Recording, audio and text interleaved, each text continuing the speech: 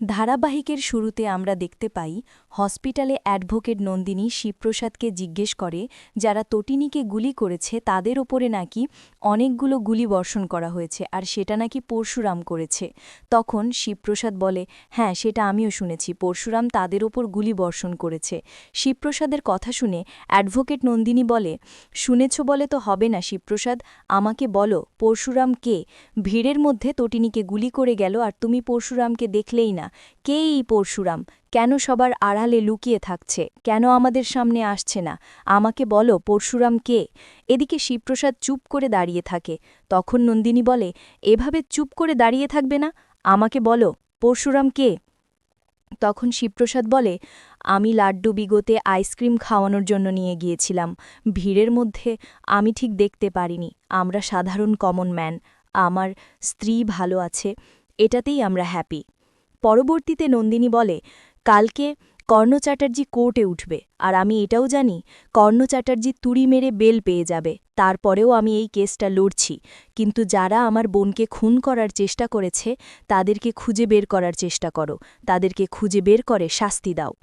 এরপর শিবপ্রসাদ বলে, যারা তটিনীকে খুন করার চেষ্টা করেছে ওনাদের গ্রেফতার করা হয়েছে, আর গ্রেফতার করেছে স্পেশাল ব্রাঞ্চের কিছু অফিসার বলরাম দেব, সৌরভ গাঙ্গুলি এবং মায়া।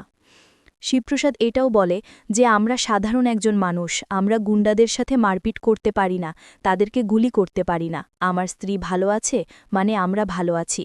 এরপর বাড়িতে নিয়ে যাব, সেবা যত্ন করে সুস্থ করে তুলব, তারপর দেখবেন আমরা একদম ভালো আছি, সবাই মিলে ভালো আছি। এটা বলেই লাড্ডু পিকুকে খাবার খাওয়ানোর জন্য শিবপ্রসাদ গাঙ্গুলি চলে যায়। তখন অ্যাডভোকেট নন্দিনী বলে, আমার কথা এড়িয়ে যাচ্ছ নাকি লুকিয়ে রাখছ? আমাকে জানতেই হবে কে এই পরশুরাম, আমাদের সামনে কেন আসে না, সবার আড়ালে দাঁড়িয়ে কেন এসব করে যাচ্ছে।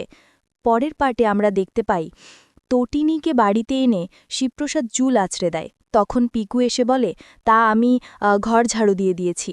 তখন শিবপ্রসাদ বলে, পাগলি মেয়ে তারা, কেন করতে গেলি? আমি তো ছিলাম, আমি করে দিতাম। এরপর পিকু বলে, তুমি তো সব কিছু করছো, রান্না করছো, মাম্মিকে খাইয়ে দিচ্ছ, স্নান করিয়ে দিচ্ছ, ঘর ঝাড়ু দিচ্ছ, ঘর মুছে দিচ্ছ। জানো পা, তোমাকে এত কাজ করতে দেখে আমার অনেক কষ্ট হচ্ছে, তাই একটু ঘর ঝাড়ু দিয়ে দিলাম। এরপর কিছুক্ষণ পরেই কর্ণ চ্যাটার্জি তটিনীকে ফোন করে বলে, তুমি আমার কিছুই করতে পারবে না, আমি বেল পেয়ে গিয়েছি।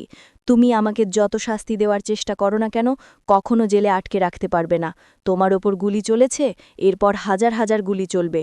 তোমার ওই ৬ ফুট বাড়ির ওপর সবাইকে আমি শেষ করে দেব।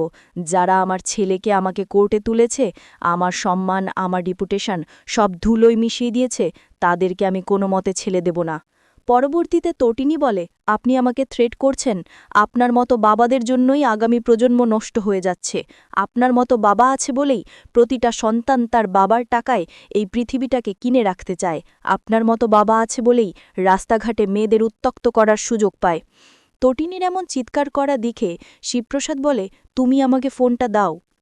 এরপর শিবপ্রসাদ কর্ণ চ্যাটার্জিকে বলে, আপনি তটিনীকে থ্রেট দিচ্ছেন কেন? তখন শিবপ্রসাদ বলে, সাধারণ কমন ম্যান, আমি তোমাদের ছেড়ে দেব না। তোমরা আমার ছেলেকে জেলে পাঠিয়েছ, তোমাদের রেপুটেশন নষ্ট করেছ, তোমাদেরকে আমি ছেড়ে কথা বলবো না। পরবর্তীতে শিবপ্রসাদ আর কিছু না বলে ফোনটা রেখে দেয় এবং তটিনীকে জিজ্ঞেস করে, কর্ণ চ্যাটার্জি তোমাকে থ্রেট দিচ্ছে কেন? তখন তটিনী বলে, আমি কিছু জানি না, আমার শরীরটা খারাপ লাগছে, ভালো লাগছে না কিছু। এরপর শিবপ্রসাদ গাঙ্গুলি তটিনীর মাথা আঁচড়ে দেয় আর মনে মনে বলে, আমি জানি না তুমি কেন গুন্ডাদের সাথে নৌকায় ছিলে, আর সেদিন ফায়ারটা আমি করেছিলাম, কিন্তু আমি জানি আমার স্ত্রী কখনো খারাপ কাজ করতে পারে না, কিন্তু আমাকে জানতেই হবে কেন তুমি গুন্ডাদের সাথে ছিলে, খুঁজে আমি ঠিকই বের করে নেব।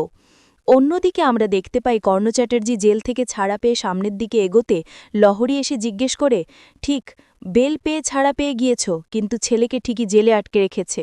পরশুরাম তোমাদের কাউকে ছাড়বে না, পরশুরাম তোমাদেরকে শেষ করে দেবে, আমার কথাটা তুমি মিলিয়ে নিও। এরপর কর্ণ চ্যাটার্জি বলে, লহরী তুমি এখন এসব কথা বলা বাদ দাও, তাছাড়া আমার সাথে তুমি এভাবে কথা বলবে না। এখানের প্রেস মিডিয়া কেউ জানে না আমরা স্বামী স্ত্রী, তাই এসব কথা বাদ দাও। স্বামী স্ত্রীর কথা শুনে লহরী বলে, মান সম্মান রেপুটেশন আমার চলে যাবার কথা, তুমি এত ভয় পাচ্ছ কেন? আমি স্কুলের প্রিন্সিপাল ম্যাম। যদি আমার স্কুলের স্টুডেন্ট জানতে পারে একজন ক্রিমিনাল আমার হাজব্যান্ড, তাহলে তো সম্মান আমার চলে যাবে। এদিকে লহরী ফিসফিস করে কর্ণ চ্যাটার্জির সাথে কথা বললে প্রেস মিডিয়া জিজ্ঞেস করে, আপনি তো স্কুলের প্রিন্সিপাল ম্যাম, তাহলে আপনি এখানে কেন?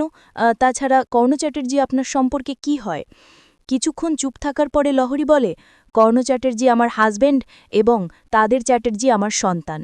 পরক্ষণে আরাধ্যা এসে কর্ণ চ্যাটার্জিকে বলে, বাবা, আপনি চিন্তা করবেন না, যারা আমার স্বামীকে জেলে বন্দি করে রেখেছে তাদেরকে আমি ছেড়ে দেব না। হয়তো কাবিরের সাথে আমার ডিভোর্স হয়ে যাবে, কিন্তু তারপরেও আমি তাদেরকে ছেড়ে দেব না।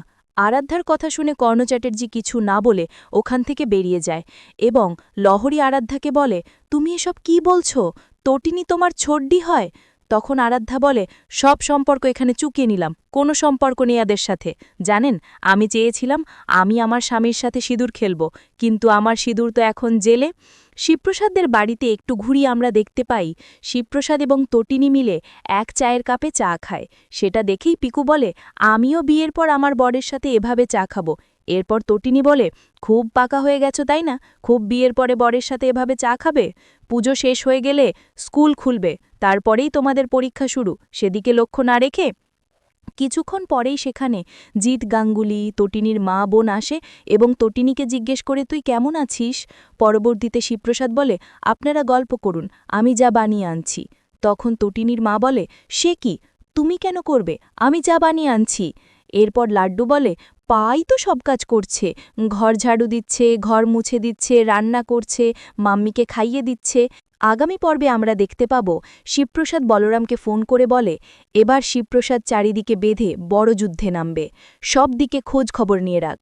তো বন্ধুরা, এই ছিল আজকের আপডেট। পরবর্তী আপডেট পেতে আমাদের চ্যানেলটি এখনই সাবস্ক্রাইব করুন।